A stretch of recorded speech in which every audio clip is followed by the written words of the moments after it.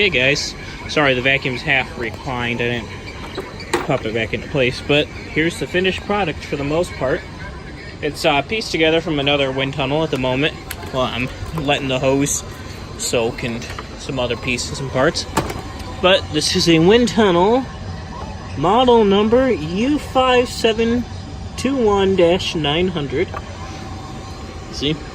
Got a nice brush roll in it. It's got a brand new belt. Brand new filter.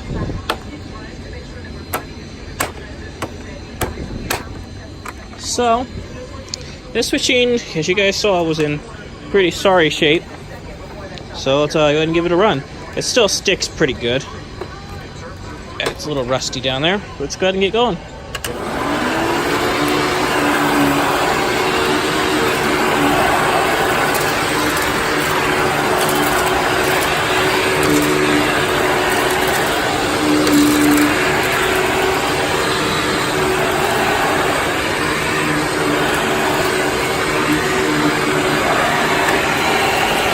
See, it's working.